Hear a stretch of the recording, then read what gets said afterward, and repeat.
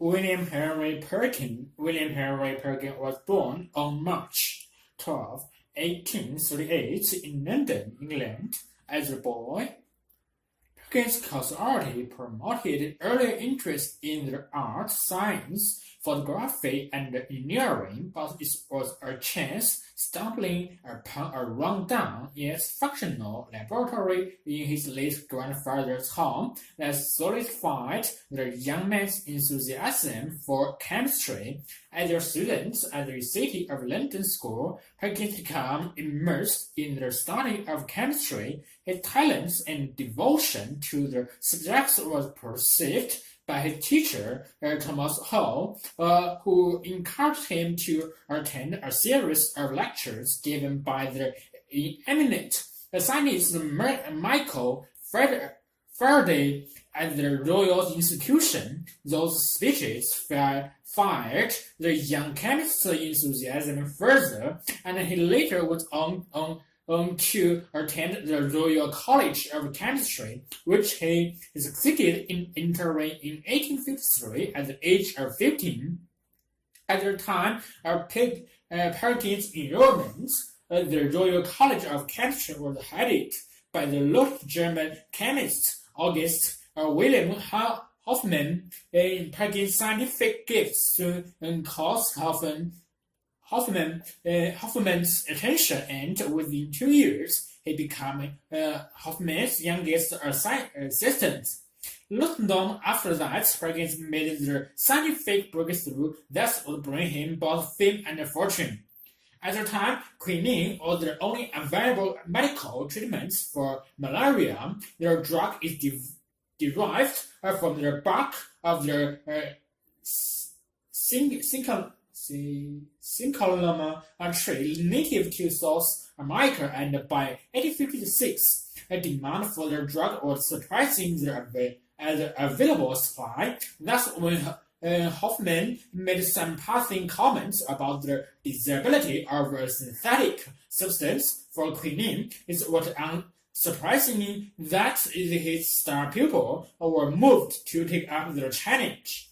During his vacation in 1856, Perkins spends his time in the laboratory on the top floor of his family's house. He was attempting to manufacture quinine from aluminum, an inexpensive and readily available coal-tar waste product. Despite his best efforts, however, he did not end up with quinine. Instead, he produced a mysterious dark sludge. Luckily, Perkins' scientific training and nature promoted him to investigate the substance further. In comparative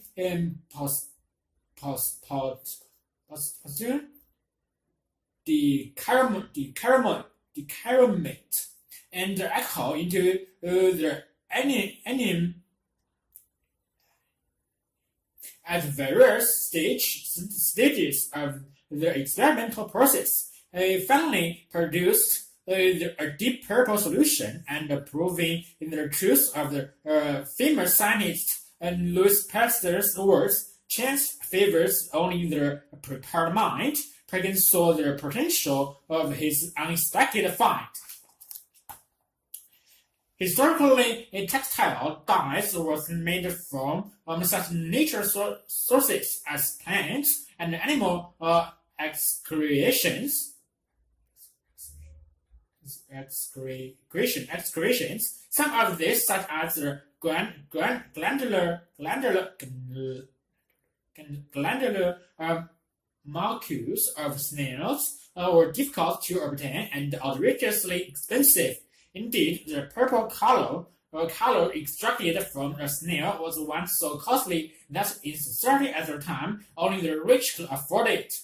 Further, nature dyes tended to be muddy in hue and fade quickly. It was against this backdrop that Perkins' discovery was made.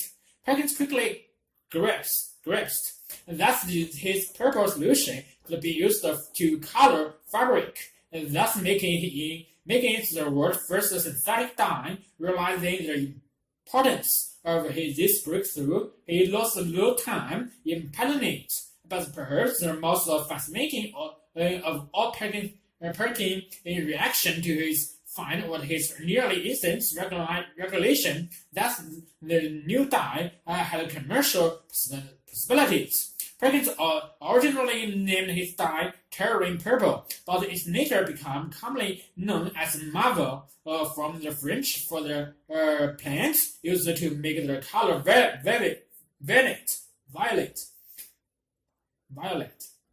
He asked advice of Scottish dye workers owner Robert Puller, who assured him that manufacturing the dye would be worth if the color remained fast, for example, not fit, and the cost was relatively low. Also, over the fierce objections of his mentor Hoffman, he left college to give birth to the modern chemical industry. With the help of his father and brother, Perkins set up a factory not far from London, utilizing their cheap and plentiful coal tar that was an almost unlimited byproduct of London's gas-rich lightning. The dye workers began producing their world's first synthetically dyed material in 1856-7. Their company received a commercial boost from the Empress of France when she decided the new color flattered her.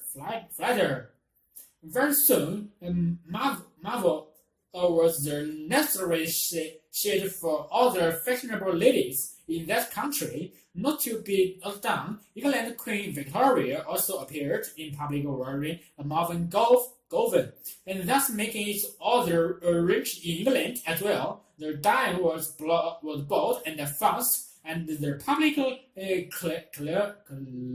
clamored for more. Perkin was back to the drawing board. Although Perkin's fame was achieved and fortune assured by his first discovery, the chemist continued his research. Among other dyes he developed and introduced were alien red in 1859 and alien black 1863, and in the late 1860s, Perkins green. It is important to note that Perkins' synthetic dye discoveries had outcomes far beyond the merely decorative. The dyes also become vital to medical research in many ways. For instance, they were used to stain previously invisible microbes and bacteria, allowing researchers to identify such bacteria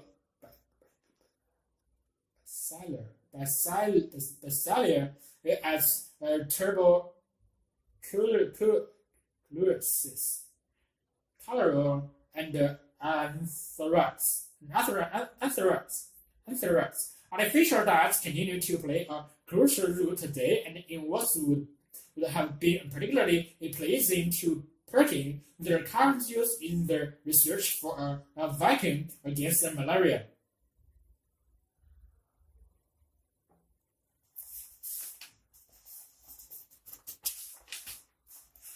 Is there anybody out there in the search for extraterrestrial intelligence? The question of whether we are alone in the universe has haunted humanity for centuries, but we may now stand poised on the brink of the answer to that question as we search for radio signals from other intelligent civilizations. This search are often known by their acronym is SETI, search for extraterrestrial intelligence, is a difficult one. Although groups around the world have been searching intermittently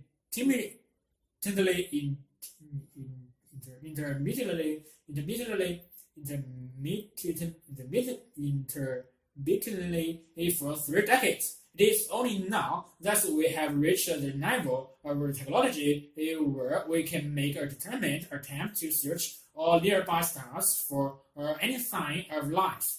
The primary reason for the research in basic causality is basic causality, the same causality about the nature world that drives of pure science. We want to know whether we are alone in the universe. We want to know whether life evolves naturally if given the right condition, or whether there is something very special about the Earth to have fostered the variety of life forms that we see around us on the planet. The simple detection of a radio signal will be sufficient to answer this most basic of all questions in this science. In this sense, SETI is another cog in the machinery of pure science, which is continually pushing out the horizon of our knowledge. However, there are other reasons for being interested in whether life exists elsewhere. For example, we have had civilization on Earth for perhaps only a few thousand years, and the threats of nuclear war and pollution over the last few decades have taught us that our survival may be tenuous. Will we last another 2,000 years, or will we wipe ourselves out? Since the lifetime of planets like ours is several billion years, we can expect that if other civilizations do survive in our galaxy, their age will range from 0 to several billion years. Thus, any other civilization that we hear from is likely to be far older on average than ourselves. The mere existence of such a civilization will tell us that long-term survival is possible and gives us some cause for optimism. It is even possible that the older civilization may pass on the benefits of their experience in dealing with threats to survival such as nuclear war and global pollution, and other threats that we haven't yet discovered. In discussing whether we are alone, most SETI scientists adapt two ground rules. First, UFOs, unidentified flying objects, are generally ignored since most scientists don't consider the evidence for them to be strong enough to bear serious consideration. Although it is also important to keep an open mind in case any really convincing evidence emerges in the future.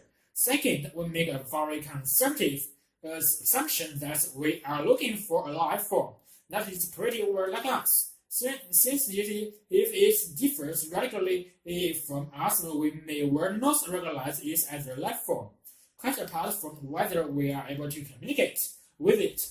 In other words, the life form we are looking for may well have two green heads and 7 fingers, but it will nevertheless resemble us in that it should communicate with these fellows. It be interested in the universe, live on the planets orbiting a star like our sun, and perhaps most restrictively have a chemistry like us based on carbon and water.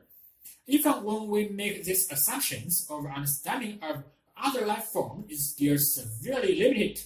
We do not even know, for example, how many stars have planets, and we certainly do not know how likely that life will arise naturally given the right conditions. However, when we look at the 100 billion stars in our galaxy, the Milky Way, and the 100 billion galaxies in the observable universe, it seems inconceivable that at least one of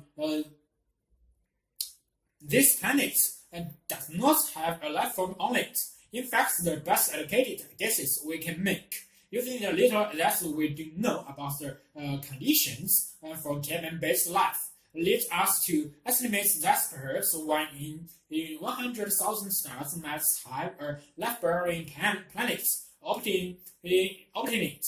That means that our nearest neighbors are perhaps 100 light years away, which is almost like so in astronomical terms. Alien civilization could choose many different ways of sending information across the galaxy, but many of them either require too much energy or Earth are severely attenuated.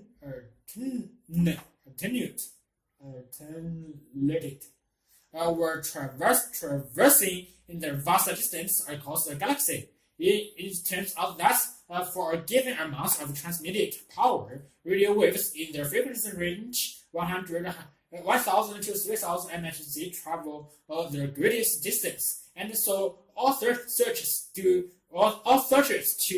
this have concentrated on looking for radio waves in this frequency range. So far, there have been a number of searches by various groups around the world, including Australian searches using the radio telescope as parks in New South Wales. Until now, there have not been any detections from the few hundred stars which have been searched. The scale of the searches has been increased dramatically since 1992, when the U.S. Congress voted NASA $10 million per year for 10 years to conduct a thorough search for extraterrestrial life.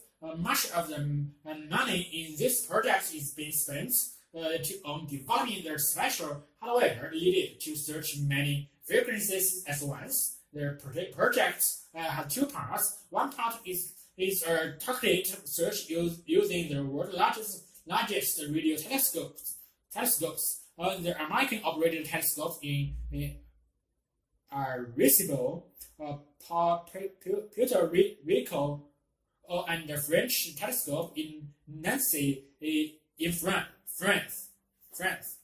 And this part of the project is searching the nearest 1,000 likely stars with high sensitivity for signals in the frequency range of 1,000 to 3,000 MHz. The other part of the project is an directed search which is monitoring in all of space with a lower sensitivity using the signal antenna of NASA's Deep Space Network. There is considerable debate over how we should react if we detect a signal from an alien civilization. Everybody agrees that we should not reply immediately, quite apart from the impracticality of sending a reply over satellite distance at short notice. It raises a host of ethical questions that would have to be addressed by the global community before any reply could be sent. The human race faces a culture shock if faced with a superior and much older civilization.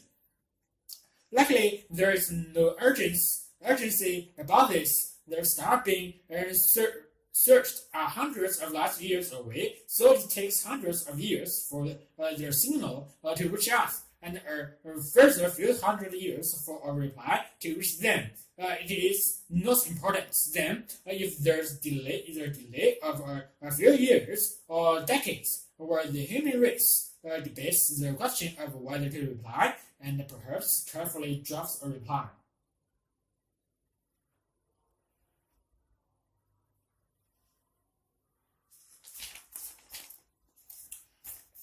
The history of the turtles. If you go back far enough, everything lived in the sea at various points in evolutionary history. Enterprising individuals within many different animal groups moved out onto the land, sometimes even to the most parched deserts, taking on their own private seawater with them in blood and cellular fluids, in addition to the reptiles, birds, mammals, and insects which we see all around us. Other groups that have succeeded out of water include scorpions, snails, crustaceans, such as woodlice and land crabs, and millipedes and centipedes, spiders, and various worms. And we mustn't forget the plants, without whose prior invasion of the land or of their other migrations could have happened. Moving from water to land involved a major redesign of every aspect of life, including breathing and reproduction. Nevertheless, a good number of thoroughgoing land animals later turned around, abandoned the harder-end terrestrial retooling, and returned to the water again. Seals have only gone part way back, and they show us what the intermediate must have been like on the way to extreme cases such as whales and dolphins. Whales, including the small whales we call dolphins, and dolphins with their close cousins, their manatees, ceased to be land creature altogether and reverted to their former marine habits of their remote ancestors. They don't even come ashore to breathe. They do, however, still breathe the air, having never developed anything equivalent to their years of their earlier marine incarnation. Turtles went back to the sea a very long time ago, and like all vertebrates returnees to the water, they breathe air. However, they are in one aspect less fully given back to the water than whales or dolphins. For turtles, will still lay their eggs on beaches. And there is evidence that all modern turtles are descended from terrestrial ancestors which lived before most of the dinosaurs. There are two cave fossils called and dating from earlier dinosaur times, which appear to be close to the ancestry of all modern turtles and turtles. You must wonder how we can tell whether fossil animals lived on land or in water, especially if only fragments are found. Sometimes it's obvious, like theories over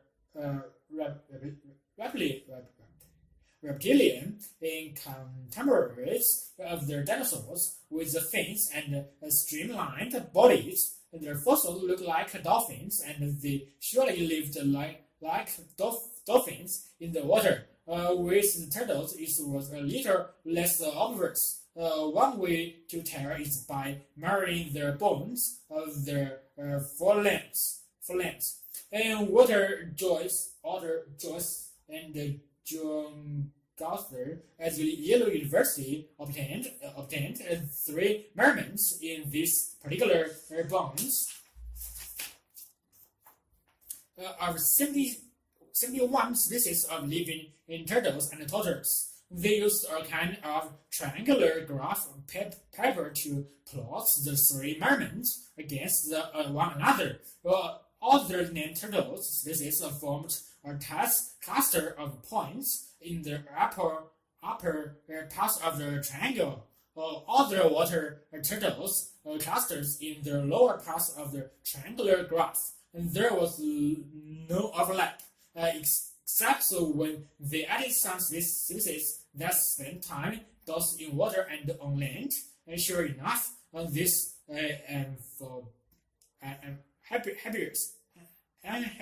amphibious species show up on the triangular graph approximately halfway between the wet cluster of sea turtles and the dry cluster of land turtles. The next step was to determine whether the fossil fill the bone of and leaves us in no doubt.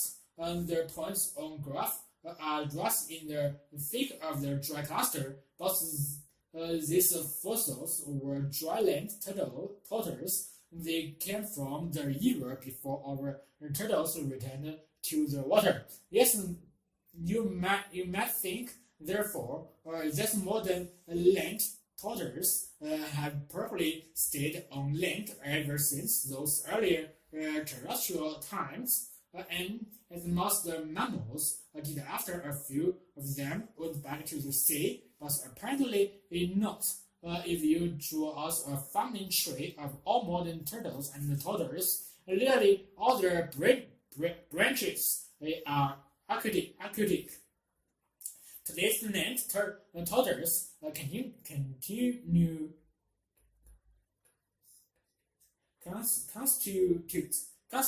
constitutes a single branch, deeply nested among branches consisting of aquatic turtles. This suggests that modern land turtles have not stayed on land continuously since the time of P, and rather their ancestors were among those who went back to the water, and they then emerged back onto the land in relatively more recent times.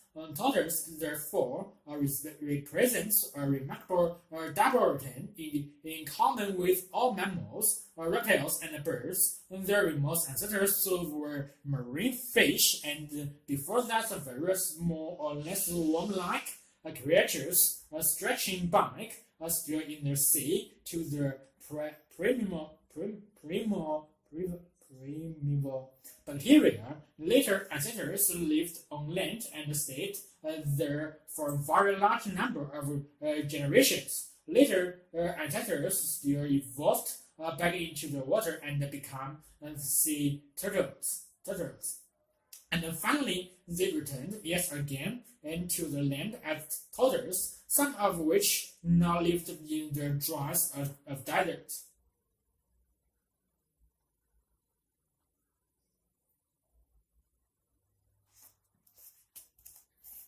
Hearing impairments or other auditory function deficits, young children can have major impacts on the development of speech and communication, resulting in detrimental effects on their ability to learn at school. This is likely to have major consequences for the individual and the population as a whole. The New Zealand Ministry of Health has found from research carried out over 2 decades that 6 to 10% of children in that country are affected by hearing loss.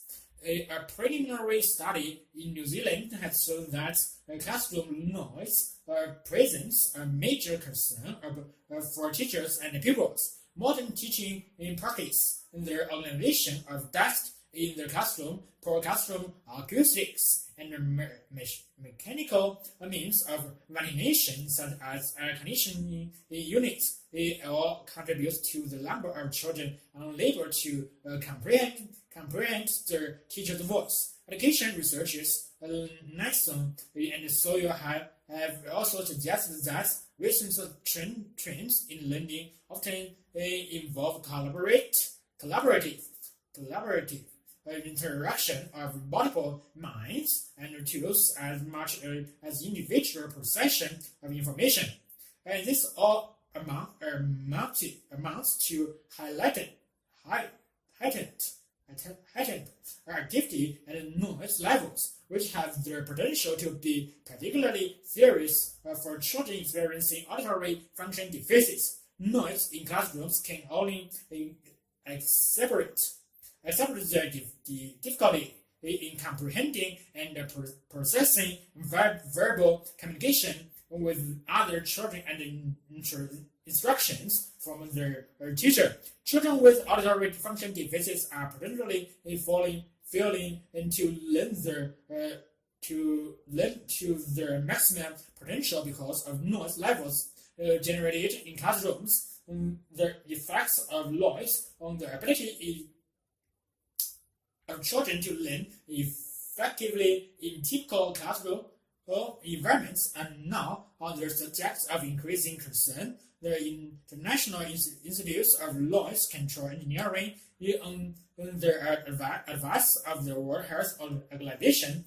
has established an international working party, which includes New Zealand, to evaluate noise as reverberation control for schoolrooms, or the detrimental effects of noise in classroom situations, and not limited to children experiencing disabilities. Those with a disability that affects their processing of speech and verbal communication will be extremely vulnerable. The auditory function deficits in coaching, including hearing impairments, autistic spectrum disorders, and attention deficit disorders. Autism is concerned a neurological and genetic lifelong disorder that causes discrepancy in the way information is processed. And this disorder is characterized by interlinked problems with social imagination, social communication, and social interaction. According to Gen Z, this affects the ability to understand the relates in typical ways to people, understand events and objects in the environment, and understand or respond to sensory stimuli. Autism does not allow learning or thinking in the same ways as in children who are developing normally. Autistic spectrum disorders often result in major difficulties in comprehending verbal information and speech processing. Those experiencing these disorders often find sounds such as crowd, noise, and the noise generated by machinery painful and distressing. This is difficult to scientifically quantify, as such extrasensory stimuli vary greatly from one autistic individual to another. But a child who finds any type of noise in their classroom or learning space intrusive is likely to be adversely affected in their ability to process information. Their attention deficit disorders are indicative of neurological and genetic disorders and are characterized by difficulties with sustaining attention, efforts, and persistence, organization skills, and disinhibition. And children experiencing these disorders find it difficult to screen out unimportant information and focus on everything in the environment rather than attending to a single activity. Background noise in the classroom become a major distraction, which can affect their ability to concentrate. Children experiencing auditory function deficits can often find speech and communication very difficult to isolate and process when insist against high levels of background noise. These levels came from outside activities that penetrate the classroom structure, from teaching activities and other loads generated inside, which can be exacerbated by room reverberation. Strategies are needed to obtain the optimum classroom construction and perhaps a change in classroom culture and methods of teaching. In particular, the effects of Lloyd's classroom and activities on those experiencing disabilities in their form of auditory function deficits leads to thorough investigation. It is probable that many undiagnosed children exist in their education system with invisible disabilities. Their needs are less likely to be met than those of children with no disabilities. The New Zealand government has developed a New Zealand disability strategies and has embarked on a wide range cancellation process. The strategy recognizes that people experiencing disabilities face significant barriers in achieving a full quality of life in areas such as attitude, education, employment, and access to their services. Objective 3 of the resilient disability strategies is to provide the best education for disabled people by improving education so that our children, youth learners, and adult learners will have equal opportunities to learn and develop within their already existing local school. For a successful education, the learning environment is vitally significant. So any effort to improve this is likely to be of great benefit to all children, but especially to those with auditory function disabilities. A number of countries are already in the process of formulating their own standards for the control of reduction of classical noise. New Zealand will probably follow their example. The literature to this on noise in schoolrooms appear to focus on the effects on school children in general, their teachers, and their hearing impaired. Only limited attention appears to have been given to those students experiencing the other disabilities involving auditory function deficits. It's imperative that the needs of those children are taken into account in the setting of appropriate international standards to be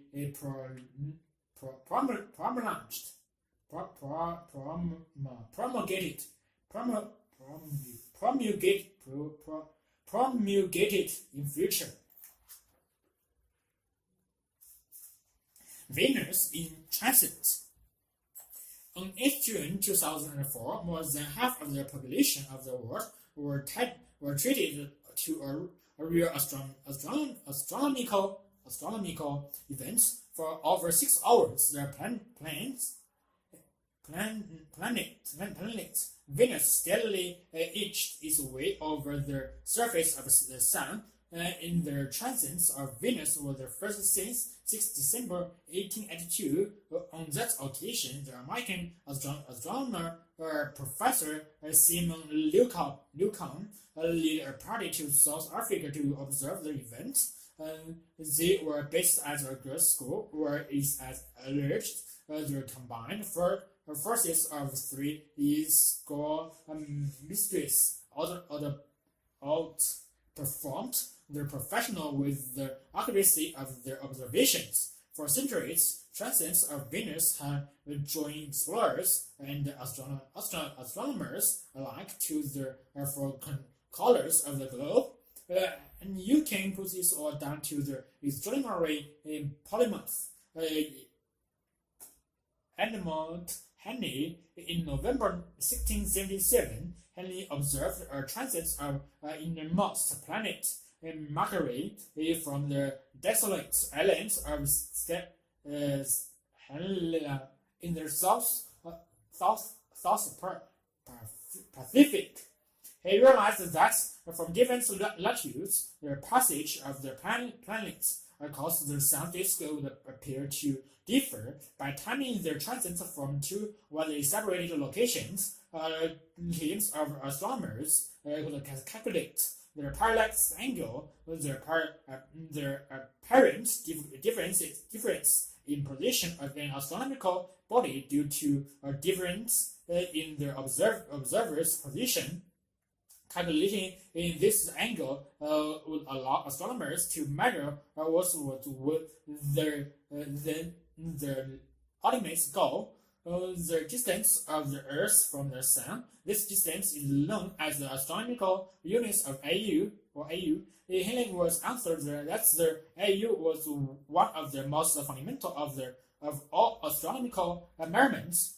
John Keller in the early 17th century had shown that the distance of the planets from the Sun governed their orbital speed, which were easily measurable, but no one had found a way to calculate accurate distance to the planets from Earth. Their goal was to measure the AU, then knowing the orbital speeds of all the other planets around the Sun, and their scale of the solar system would fall into place. However, he realized that Mercury was so far away that its parallax angle would be very difficult to determine, and Venus was closer to the Earth, its parallax angle would be larger, and Halley worked out so that by using Venus, it would be possible to measure the sun distance to one path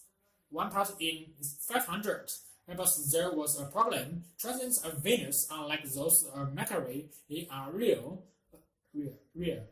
or occurring in pairs roughly 8 years apart every hundred or so years. Nevertheless, he accurately predicted that Venus was across the face of the Sun in both 1761 and 1769, though he didn't survive to see either. Inspired by Halley's suggestion of a way to pin down the scale of the solar system, terms of British and French astronomers set out an expeditions to place as device eyes India and Siberia, but since wasn't helped by Britain and France being at all, the person who deserved most sympathy is the French astronomer Guillaume Le Gentil. It was thwarted by the fact that the British was placing his observation sites as Pondicherry in India, fleeing on a French warship across the Indian Ocean. Le Gentil saw a wonderful transit, but the ships pitching and rolling and ruled out any attempts at making accurate observations. Undoubtedly, he remained south of the equator, keeping himself busy by studying the islands of Mauritius and Madagascar before setting off to observe the next transits in the Philippines. Ironically, after traveling near 50,000 kilometers, his view was clouded at the last moment, a very despairing experience. Where the earlier transits timings were as precise as instruments, all in all, the measurements were dwarfed by the backdrop effects. When Venus begins to cross the sun disk, it looks similar, not cellular, which makes it difficult to establish timings. This is due to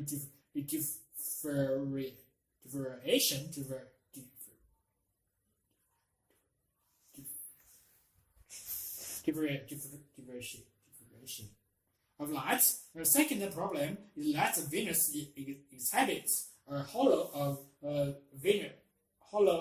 light when it is seen just outside the sun disk. Where this showed astronomers that Venus was surrounded by a thick layer of gases reflecting sunlight around it. Both effects made it possible to obtain accurate timings. But astronomers labored hard to analyze the results of those expeditions to observe Venus transits. John Franzen Inkel, director of the Berlin Observatory, finally determined a value for the AU based on all these parallax measurements. 153 billion in 340,000 kilometers. Reasonable accuracy for the time.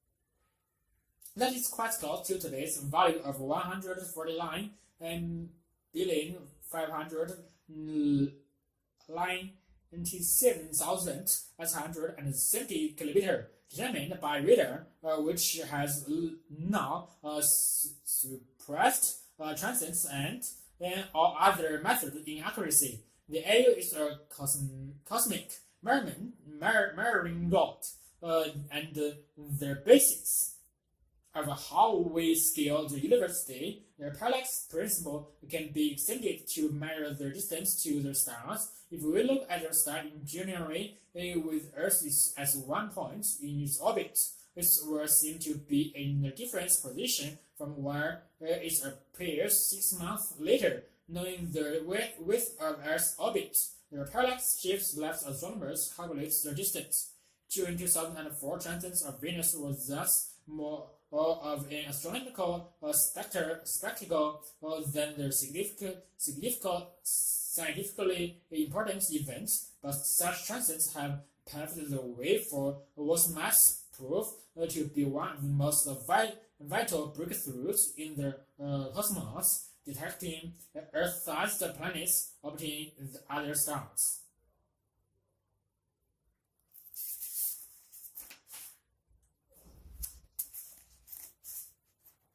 A neuroscientist reveals how to think differently in the last decades. A revolution has occurred in the way that scientists think about their brain. We now know that the decisions humans make can be traced to the firing patterns of neurons in specific parts of the brain. These discoveries have led to the field known as neuroeconomics,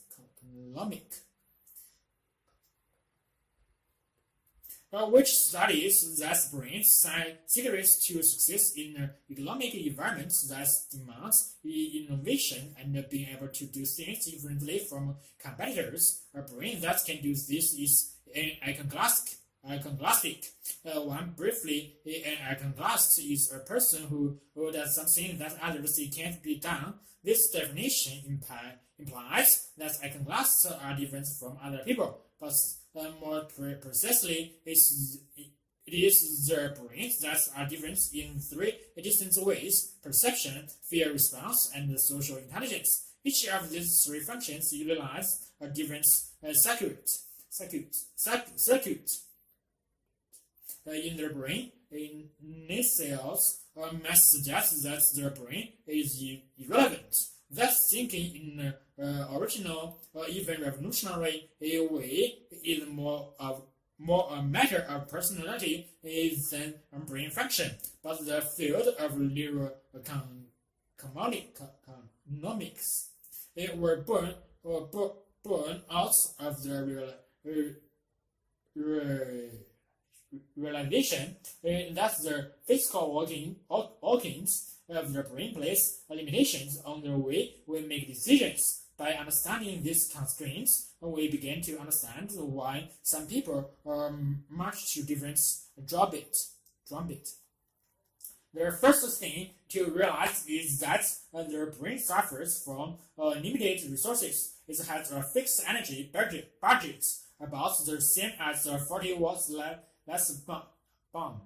So it has evolved to work as efficiently as possible. This is where most people are impeded from being an iconoclast. For example, when confronted with information stimulating from the eyes, their brain will interpret this information in the quickest way possible. Thus, it will draw on both past experience and any other source of information, such as what other people say, to make sense of what it's saying. This happens all the time. The brain takes shortcuts that work so well we are hardly ever aware of them. We think our perception of the world are real, but they are only biological and electrical rumblings. Perception is not simply a product of what your eyes or ears transmit to your brain, in more than the physical reality of photons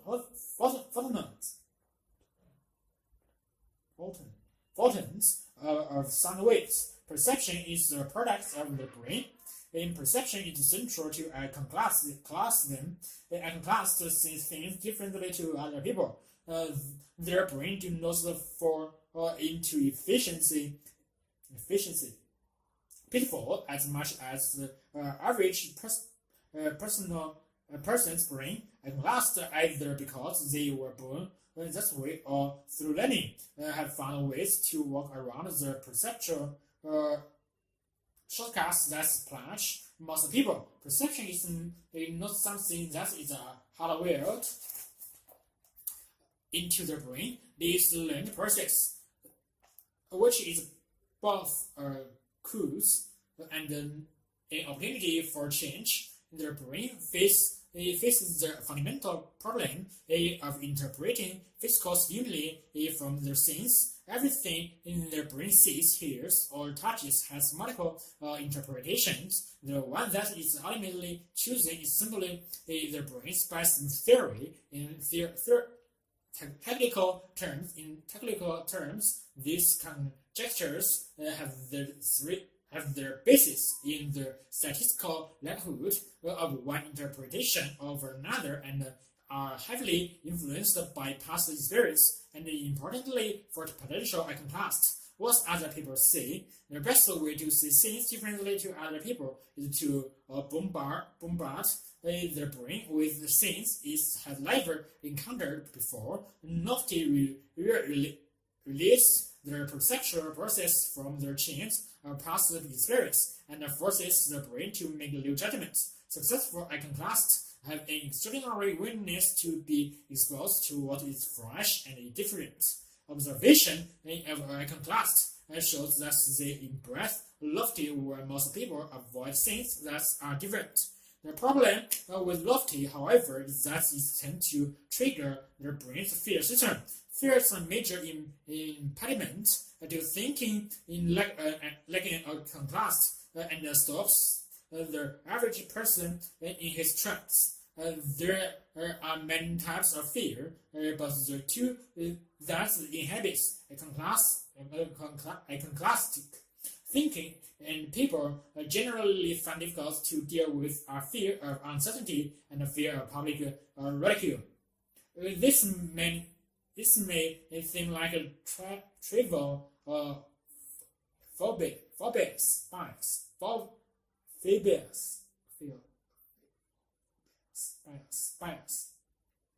but the fear of public speaking, which everyone must do from time to time, afflicts one-third of people. Afflicts one-third of the population. This makes it too common to be considered a mental disorder. It is simply a common variant of human nature, one which iconoclasts do not less inhabit. The reactions.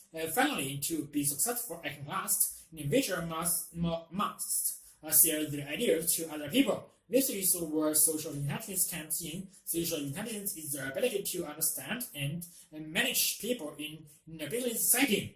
In the last decades, there has been an explosion of knowledge about the social brain and how the brain works when groups coordinate.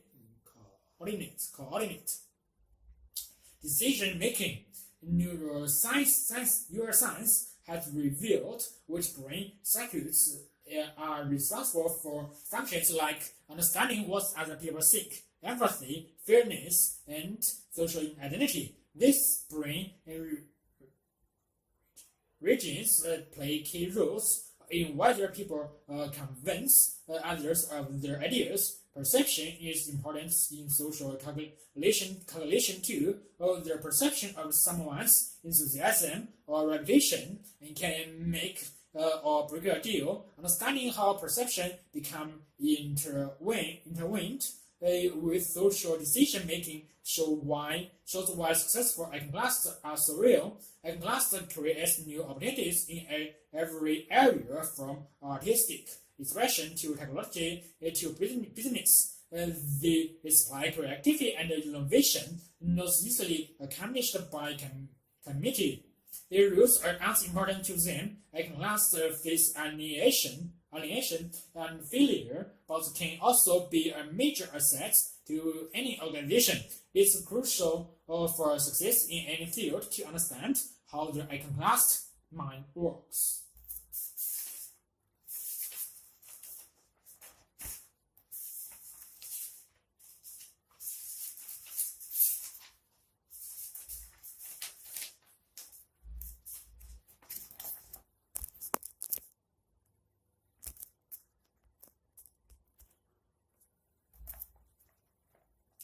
attitudes to language. It is not easy to be systematic and objective about language study. Popular linguistic debates regularly deteriorate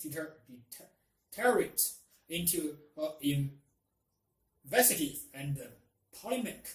Language belongs to everyone, so most people feel they have a right to hold an opinion about it.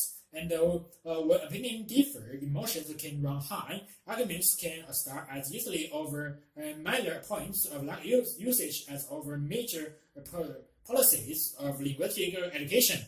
Language, moreover, is a very public behavior, so it is easy for different usage to be noted and criticized. No part of society or social behavior is exempt. Linguistic factors influence how we judge the personality, intelligence, social status, educational standards, job attitude, and many other areas of identity and social survival. As a result, it is easy to hurt and to be hurt. When language use is unfairly attacked.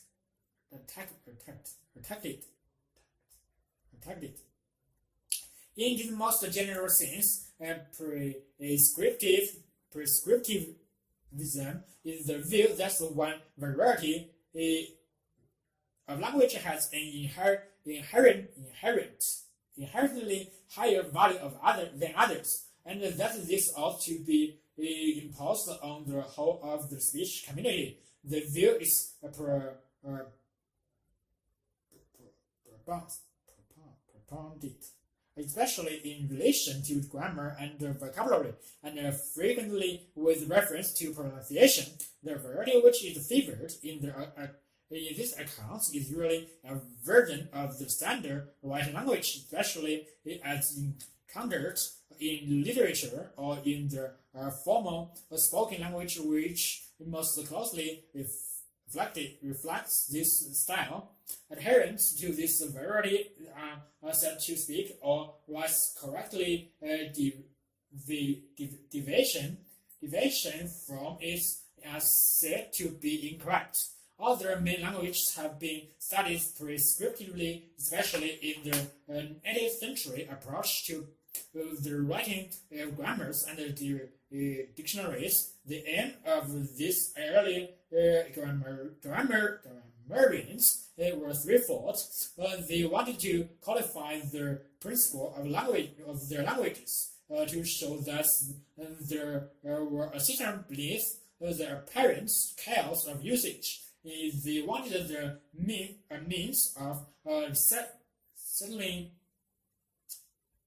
disputes over usage, and they wanted to point out that what they felt to be common errors. In order to improve the language, the authoritarian nature of their approach is best characterized by its reliance on rules of grammar. Some usage are prescribed to be learned and followed accurately. Others are prescribed to be avoided. In this earlier period, there was no half measures. Usage was either right or wrong, and it was the task of the grammarian not simply to record the alternatives, but to pronounce judgments upon them. These attitudes are still with us, and they motivate a widespread concern that linguistic standards should be maintained. Nevertheless, there is an alternative point of view that is concerned less with standards than with the facts of linguistic usage. This approach is summarized in the statement that it is the task of grammarian to describe those prescribed.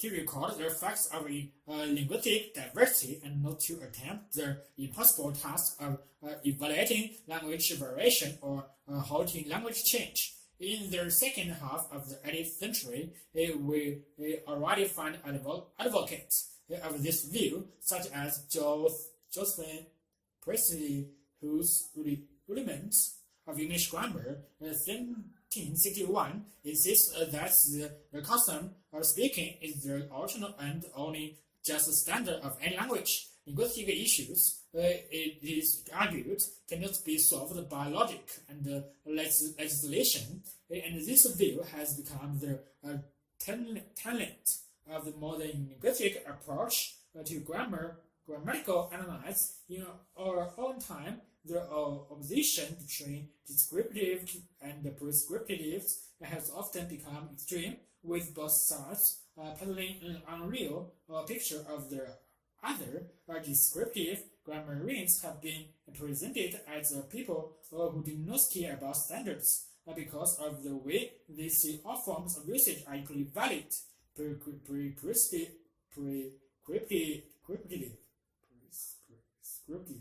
Prescriptive grammarians have been presented as blind adherent to the historical tradition. Their opposition has even been presented in political terms of radical liberalism versus leftist conservatism.